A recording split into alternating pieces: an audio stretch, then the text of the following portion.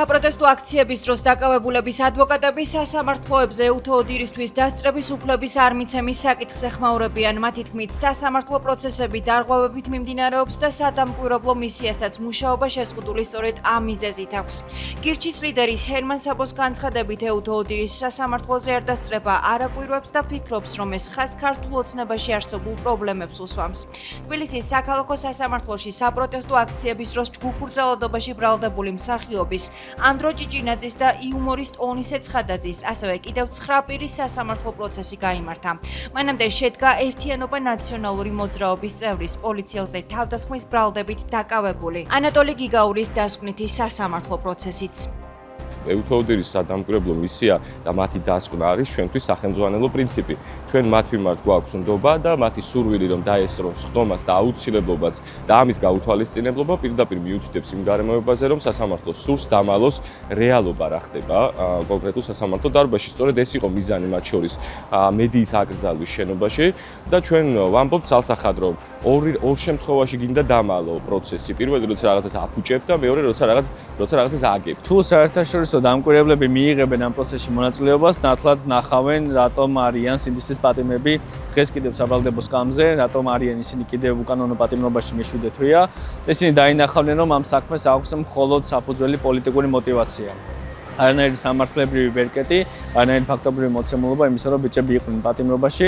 დამკვირვებლების არ შემოშვება კავშირში იყოს იმასთან, რომ საქმის მთავარ გამომძიებელს ველოდებით შემდეგ პროცესებზე, რომელსაც რეალურად საკმაოდ კრიტიკული კითხვები დაისმევა, თუ რა მტკიცებულება არსებობს იმისთვის, რომ ეს ადამიანები ბრალდებულების სკამზეს ხედან, ასევე მედია საშუალებების სასამართლო დარბაზიდან გაყვანაც ამ ყველაფრის დასაწყისი იყო, რაც მიუთითებს იმას, რომ სასამართლო ხელისუფლებას ძალიან დიდი დისკომფორტი აქვს, იმიტომ რომ ისეთი განაჩენები აქვს დასაწერი, რომლის დასაბუთებაც ძალიან ძნელი იქნება. ის რომ უთოოდირის მისიას არ უშევენ სასამართლოზე, ეს ერთ-ერთი სიმპტომია იმისა, თუ როგორც სასამართლო გვაქვს და მასში არაფერი განსაკუთრებული და მოულოდნელი ჩემთვის არ არის.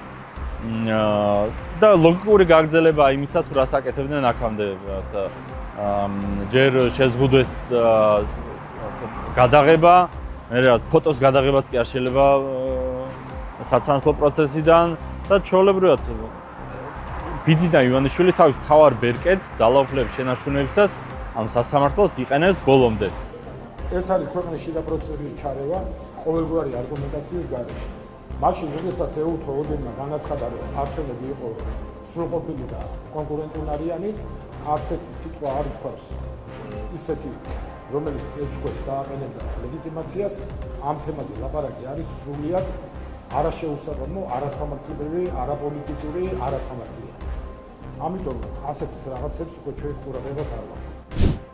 საქართველოს ვიზა ლიბერალიზაციის შესანარჩუნებლად საჭირო რეკომენდაციების შესრულებისთვის ვადა აგვისტოს ბოლომდე აქვს. მართველი გუნდი საგარეო პოლიტიკას ართვლის და შესაბამისად აღნიშნული რეკომენდაციების შესრულებასაც არაპირებს. ოპოზიციურ სპექტრში ოცნების ამ გადაწყვეტილებას აკრიტიკებენ. ნაციონალური მოძრაობის ერთ-ერთი ლიდერი ლევან სანიკიძე საქართველოსთვის უვიზო მიმოსვლის შესაძლო შეჩერებას ეხმაურება და აცხადებს, რომ ამ პროცესის გამომწვევი ქართული ოცნების მიმდინარე პოლიტიკაა. გირჩის ლიდერი ჰერმან საბო კი ამბობს, რომ საქართველო ვიზა ლიბერალიზაციის დაკარგვასთან ასე ახლოს არასდროს ყოფილა, თუმცა იმედს იტოვებს, რომ ეს გადაწყვეტილება არ შესრულდება. ფაქტია, რომ ქვეყანა სადაც პოლიტპატიმრებია, სადაც არჩევნებს აყალბებენ, სადაც ადამიანის უფლებები არ არის დაცული, სადაც მედია იდევნება და სადაც სახელმწიფოს მართავს არალეგიტიმური რეჟიმი, რომელიც 26 ოქტომბერს კონსტიტუციური გადატრიალების შედეგად დარჩა ხელისუფლებაში. აქედან გამომდინარე, სავსებით რეალურია მით უმეტეს ევროპელი მაღალჩინოსნების და ევროპარლამენტის განცხადების შემდეგ, რომ ქართული ოცნების ხელისუფლებას არ ექნება მათი მხრიდან აღიარება. სამწუხაროდ ძალიან რეალურია, რომ მათ შორის ვიქტორ ორბანის და ბიძინა ივანიშვილის გამოისობით, იმიტომ რომ არ ხდება იმ 15 ადამიანის სანქცირება, დასანქცირდეს 4 მილიონი ქართველი, რომლის მთავარი შემოქმედიც იქნება ბიძინა ივანიშვილი. ძალიან ცუდი და არასწორია, რომ შენ რაღაცა კარგად ექცეოდე რომელიმე ქვეყანას და ამ ქვეყნის მთავრობა შენ უბრალოდ ასე გლანძღავდეს, გიყენებდეს ანტიპროპაგანდაში და ასე ვთქვათ, შენზე აგებდეს ყველაფერ ცუდს, რასაც კი ებრძვის, ასე ვთქვათ. ამიტომ გონია, რომ ევროპა მაინც ვერ შეთანხმდებიან ბოლომდე და ვიზა ლიბერალიზაციას არ შეგვიჩერებენ. იმედი მაქვს ყოველ შემთხვევაში ამის, მაგრამ ყველაზე ახლოს ვართ, როგორც უკვე თქვი. არ ვითვალისწინებთ, იმიტომ რომ ევროპარლამენტს ბევრჯერ გაუკეთებია, უკვე 10 ამერია 9-10 რეზოლუცია, რომელიც არაფერს სამართლებრივს და ავტომატიკურს, რომელიც რეალობიდან გამომდინარეობს, არ ეხმარება. ამიტომ გააკეთოს მე-11, მე-12, მე-13 ჩვენ ვართ მართლები და გავაგზავნებთ ჩვენს. ევროკავშირი საქართველოს მკაცრად ესაუბრება, მაგრამ რბილად იქცევა აღნიშნული სათაურით სტატიას რადიო თავისუფლების ევროპის ბიუროს რედაქტორი რიკარდ იოზვიაკი აქვეყნებს. სტატიაში საუბარია საქართველოსთვის უვიზო მიმოსვლის შეჩერების შესაძლებლობაზე და 31 აგვისტომდე ევროკავშირის მიერ მთავრობისთვის მიცემულ ვადაზე. სტატიაში ავტორი წყაროებზე დაყრდნობით წერს, რომ საგარეო საქმეთა მინისტრების შეხვედრაზე სანქციები, აქტივების გაყინვა და ორი მოსამართლისთვის ევროკავშირის ტერიტორიაზე შესვლის აკრძალვა არ განიხილებოდა, რადგან უნგრეთმა და სლოვაკეთმა ამ ზომებს მხარი არ დაუჭირეს. ამასთან იტალიის ხელმძღვანელობით დაახლოებით 8 წევრმა სახელმწიფომ უარი თქვა ვიზა ლიბერალიზაციის შეჩერებაზეც და განაცხადა, რომ ეს ზომა საქართველოს მოსახლეობას დააზარალებს. მისივე თქმით, საქართველოს პარლამენტი აგვისტოში არ მუშაობს ისევე როგორც ევროკავშირი. საგარეო საქმეთა მინისტრები დანიაში არაფორმალურ შეხვედრაზე 29-30 აგვისტოს შეიკრიბებიან, შემდეგ კი გაეროს გენერალურ ასამბლეაზე სექტემბერში, მაგრამ მათი პირველი ოფიციალური შეხვედრა, რომელზეც კონკრეტული გადაწყვეტილებების მიღებას შეძლებენ, მხოლოდ 20 ოქტომბერს გაიმართება. პრეზიდენტი ტრამპის ადმინისტრაციის მიერ პროპაგანდისტულად წოდებული რადიო თავისუფლების განცხადებები ქართული საზოგადოებისთვის ნაკლებად მნიშვნელოვანი არის.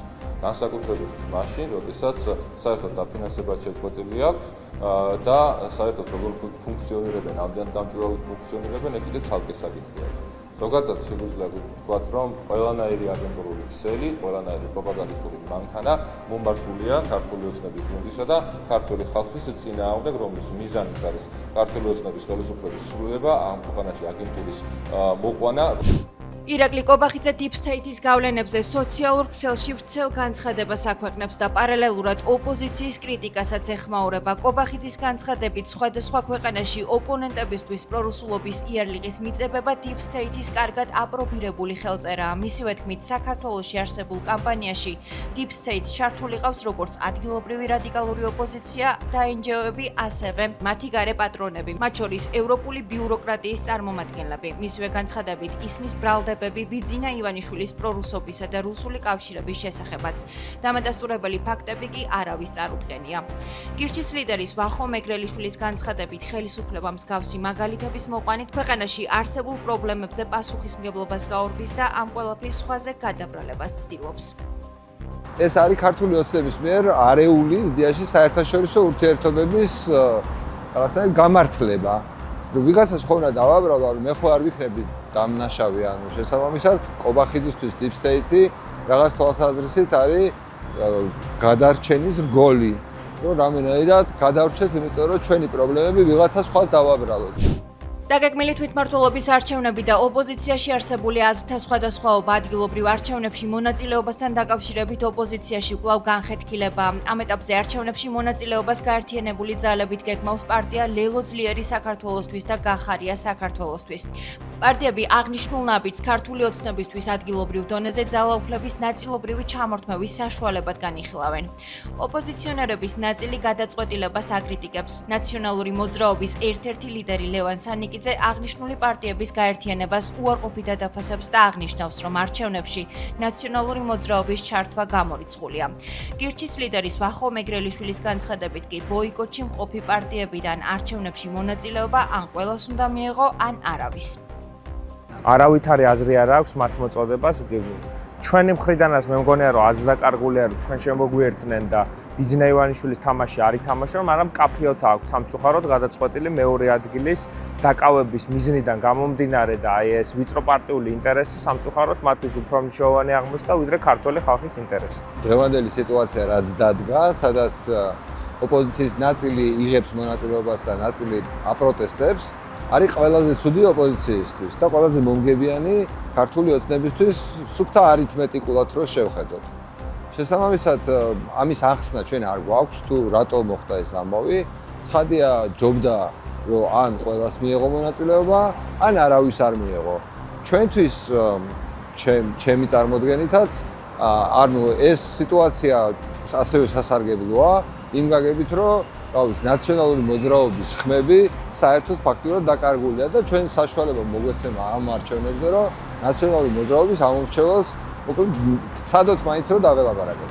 4 ოქტომბერს ქართული ხალხი გააგებინებს ისთვის რა დატვირთვა აქ ამ არჩევნებს. და მე გეუბნებით რომ გააგებინე ძალიან წარით. აიღებენ ძალიან ცოტა პროცენტს. მათთვის არჩევნებს ის დატვირთვა რა დატვირთვაც არის ქართულ კანონმდებლობაში. საქართველოს პარლამენტს როცა ირჩევენ ითვალისწინებენ იმას, რომ ეს ორგანო განსაზღვრავს საშინაო და საგარეო პოლიტიკის ძირითად მიმართულებებს და თვითმმართველობას როცა ირჩევენ, მაშინ აქცენტს აკეთებენ იმაზე, როგორი ქუჩა ექნება, როგორი გადაადგილება იქნება, როგორი განათება იქნება და საყოფო ცხოვრება საკითხები როგორი იქნება მოგვარებული. ამას ურევენ ერთმანეთში, პასუხს მიიღებენ ოქტომბერში.